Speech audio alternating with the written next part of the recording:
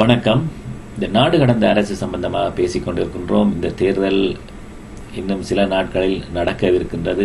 பல்வேறு விதமான பிரச்சாரங்கள் தொடர்ச்சியாக நடைபெற்றுக் கொண்டிருக்கின்றது. கனடா மண்ணிலே பலர் போட்டியிடுகின்றார்கள், அதே போல சர்வதேச ரீதியாக பலர் போட்டியிடுகின்றார்கள்.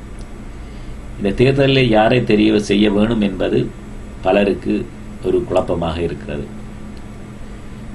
யாரை தெரிவு செய்யக்கூடாது என்பதிலே எல்லோருக்குமே தெளிவாக ஒரு கருத்து இருக்கிறது. பொதுவாக தமிழர் தேசியத்தை, சுயநிர்ணய உரிமையை, தன்னாட்சியை, இறைமையை நேசிக்கின்ற யாரையுமே நாங்கள் தெரிவு செய்யலாம் என்பது ஒரு பொதுவான பதில்.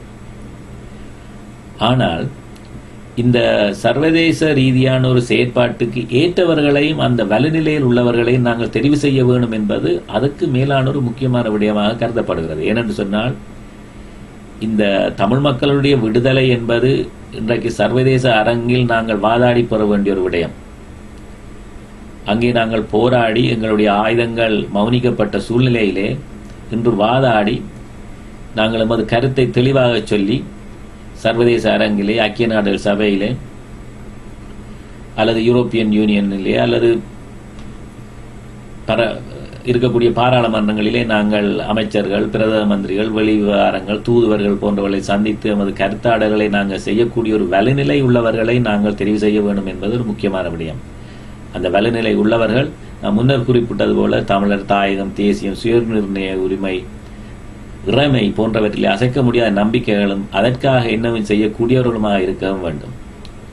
ஆனால் இந்த கனடாவிலே இந்த தேர்தலில் 99% தமிழ் தேசியத்திற்காக இதையும் செய்யக்கூடியவர்களாக தான் இருக்கிறார்கள். ஆனால் இவர்களில் எத்தனை பேர் ஸ்காப்ரோவை தாண்டியோ அல்லது டொராண்டோவை தாண்டிய நிலையிலே ஒரு அரசியல் செயற்பாட்டில் இறங்க முடியும் என்பதில் உங்களுக்கு நிச்சயமான ஒரு கேள்வியும் அதற்கான ஒரு தெளிவான பதிலும் இருக்க வேண்டும்.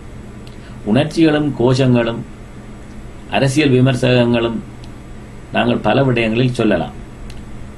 உதாரணமாக நாங்கள் பார்க்கின்ற பொழுது எங்களுடைய வலு எமது மக்களிலே நாங்கள் எங்களுடைய செல்வாக்கை எவ்வளவு பிரதிபலிக்கின்றோம் என்பதை விட பெரும்பான்மை சமூகத்திலேயும் அரசியல்வாதிகளிலேயும் பெரும்பான்மை அமைப்புகளிலேயும் சர்வதேச ரீதியாக எப்படியான ஒரு தாக்கத்தை நாங்கள் உருவாக்க வேண்டும் என்றது ஒரு முக்கியமான விடயம். எமது மக்களுடைய உணர்வு நிலையை நாங்கள் உயர்த்துவதற்கு நாங்கள் பல்வேறு விடயங்களை நாங்கள் செய்கின்றோம். அதில் நானும் கூட முன்வைக்கின்ற அவற்றை நான் செய்திருக்கின்றேன். நாங்கள் பொங்கு தமிழ் தொடக்கம் எங்களோட மனித பெருஞ்சங்கிலி வரை பாராளுமன்றத்துக்கு பல தடவை சென்றிருக்கின்றோம், முன்னுக்கு நின்றிருக்கின்றோம். இந்த செயற்பாடுகள் எமது மக்களின் உறுதிப்பாட்டையும் உறுதிநிலையையும் தெளிவுபடுத்துவதற்காக திரும்ப திரும்ப எமது மக்களுக்கு நாங்கள் அந்த செல்வாக்கை பயன்படுத்தி வந்திருக்கின்றோம். இன்றைக்கு எங்களுடைய தேவை அதை தாண்டிய நிலையிலே சர்வதேச ரீதியாக நாங்கள் செயற்பட வேண்டுமாயிருந்தால் அதற்குரிய ஆற்றல், வாதாடுதிறன், மொழி ஆற்றல், சிந்தனை ஆற்றல், செயற்பாட்டு திறன், இது அனைத்தையும் ஒருங்கு திரட்டப்பட்ட சிலர் இதில் போட்டியிடுகின்றார்கள். அப்படியானவர்களை நாங்கள் தெரிவு செய்ய வேண்டும். ஏதோ ஒரு அமைப்புக்காகவோ அல்லது ஏதோ ஒரு குழுவுக்காகவோ நாங்கள் இதுக்கு பொருத்தமற்றவர்களை நாங்கள் தெரிவு செய்வோமா இருந்தால் இந்த தமிழீழத்துக்கான இந்த பயணத்திலே நாங்கள் செய்யக்கூடிய மிக மோசமான ஒரு சேதம் இதுவாக இருக்கும் என்பது வரலாறு உங்களுக்கு சொல்லும். இந்த அடிப்படையிலே பார்க்கும்போது நான் யாரையுமே குறை சொல்லவில்லை, யாரையுமே நீங்கள் நிராகரிக்க வேண்டும் என்று நான் சொல்லவில்லை. ஆனால் உங்கள் மனசிலே மனச்சாட்சியை தொட்டு நீங்கள் யாருக்கு வாக்களிக்கணும் என்பதை நீங்கள் முடிவு செய்ய போகின்றீர்கள்.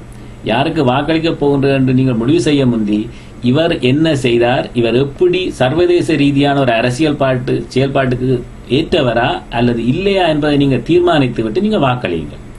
உங்களிடம் இப்போ எங்களிடம் கூட ஒரு பட்டியலை இட்டு இவர்களுக்கு மாத்திரம் வாக்களியுங்கள் என்று சொல்லுகின்றார்கள். அதில் கூட அந்த லிஸ்டில் நாங்கள் ஒருவர் அல்லது இருவரை நாங்கள் இந்த நிலையிலே நாங்கள் பார்க்க முடியும். ஆனால் அந்த லிஸ்டில் இருக்கக்கூடிய ஐவரையுமே நாங்கள் அப்படியான ஒரு சூழ்நிலையிலே பார்க்க முடியாத ஒரு நிலை இருக்கிறது. எங்களுடைய இது தமிழ் மக்களுடைய இன்டெலிஜென்சி, அதாவது அவருடைய அறிவுத்திறனை முட்டாள்தனமாக்குகின்ற ஒரு வேலையாக தான் இது இருக்கிறது. ஏனென்று சொன்னால் இனிமேல் இந்த இந்த பட்டியலிலே இல்லாதவர்கள் தமிழ் தேசியத்துக்கு துரோகம் செய்தவர்களோட பிரச்சாரம் செய்யப்படுகிறது.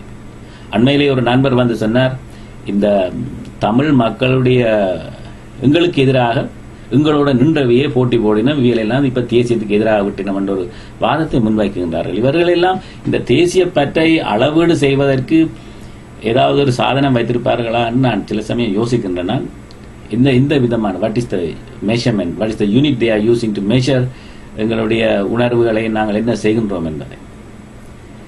இன்றைக்கு சர்வதேச ரீதியாக எமது பிரச்சாரம் சரியாக நடைபெறா விட்டபடியால் தான் எமது விடுதலைக்கு அங்கீகாரம் கிடைக்கவில்லை என்பதை நாங்கள் ஏற்றுக்கொள்ள வேண்டும். அந்த ஏற்றுக்கொண்ட நிலையில இருந்து நாங்கள் செயல்பட முயற்சி செய்ய வேண்டும். அந்த சுய விமர்சனத்தை நாங்கள் தவற விட்டு எதையுமே எங்களுடைய கட்டுப்பாட்டுக்குள்ளெல்லாம் நடைபெற வேண்டும், நாங்கள்லாம் எதையும் செய்ய வேண்டும், அல்லது என்னுடைய கட்டுப்பாட்டுக்குள்ளான் என்னுடைய காலடியில் நின்று நீ என்னத்தையும் பேசு, உன்னுடைய புத்தியையும் உன்னுடைய விவேகத்தையும் வீட்டிலே வைத்துவிட்டு வா என்ற மாதிரியான நிலைப்பாட்டில் இருந்து நாங்கள் சற்று விலகியே செயற்பட வேண்டிய ஒரு காலம் இருக்கிறது. இதை நீங்கள் புரிந்து கொள்ள வேண்டும். எமது மக்களுடைய விடுதலை எங்கள் கைகளிலே இருக்கிறது. அந்த கைகளை நீங்கள் உரமாக்க வேண்டும். ஆனால் தேசியம், சுயநுண்ணுரிமை, தன்னாட்சி, விட்டுக்கூடாத இறையாண்மை இவையெல்லாம் மிக முக்கியமான விடயமாக இருக்கின்ற பொழுதும், ஆனால் இவை எல்லாத்தையும் எடுத்து சென்று ஒரு வேற்றின களத்திலே எங்களால் வாதாடுதிறன் அல்லது எங்களுக்கு எதிராக வரக்கூடிய குற்றச்சாட்டுகளை நாங்கள் திரும்பவும் பதில் கொடுக்கக்கூடிய திறன், மொழியாற்றல், செயலாற்றல் ஆகியவற்றை கருத்தில் கொண்டு அதற்கு ஏற்றவர்களை நீங்கள் தெரிவு செய்யுங்கள். அதுதான் தமிழ் மக்களுக்கு இன்றைக்கு நீங்கள் செய்யக்கூடிய முக்கியமான பணியாகும். நீங்கள் எந்த ஒரு காரணத்தையும் கொண்டு இந்த தேர்தலுக்கு வாக்களிக்காம விடாதீர்கள். நிச்சயமாக நீங்களும் வாக்களியுங்கள், உங்கள் நண்பர்களை வாக்களிக்க வையுங்கள், அனைவரையுமே வாக்களியுங்கள். உங்களுக்கு தெரியும், இந்த தேர்தலிலே தேர்தல் மாவட்டம் 1 மார்க்கம் பெரும்பகுதி, டொராண்டோ பெருநகர பகுதிகளிலே இருக்கக்கூடிய தமிழ் மக்கள் என் போன்றவர்களை வாக்களிக்கலாம். நீங்கள் அதில் கூட அதில் கூட பலர் ஆற்றல் உள்ளவர்கள் இருக்கிறார்கள், இந்த பட்டியலில் உள்ளவர்கள் கூட இருக்கிறார்கள். நீங்கள் சரியானவர்களை தேர்வு செய்யுங்கள், சரியான முடிவு எடுங்கள். பிழையான முடிவுகளுக்கு இது காலம் அல்ல. நீங்கள் நிச்சயமாக சரியாக செய்வீர்கள் என்று நினைக்கின்றேன். நன்றி, வணக்கம். இன்னொரு இந்த வீடியோ செய்தியில் நான் இன்னொரு முறை உங்களை சந்திப்பேன். மீண்டும் சந்திக்கும் வரை வணக்கம். என்னுடைய பெயர் பொன் பாலராஜன்.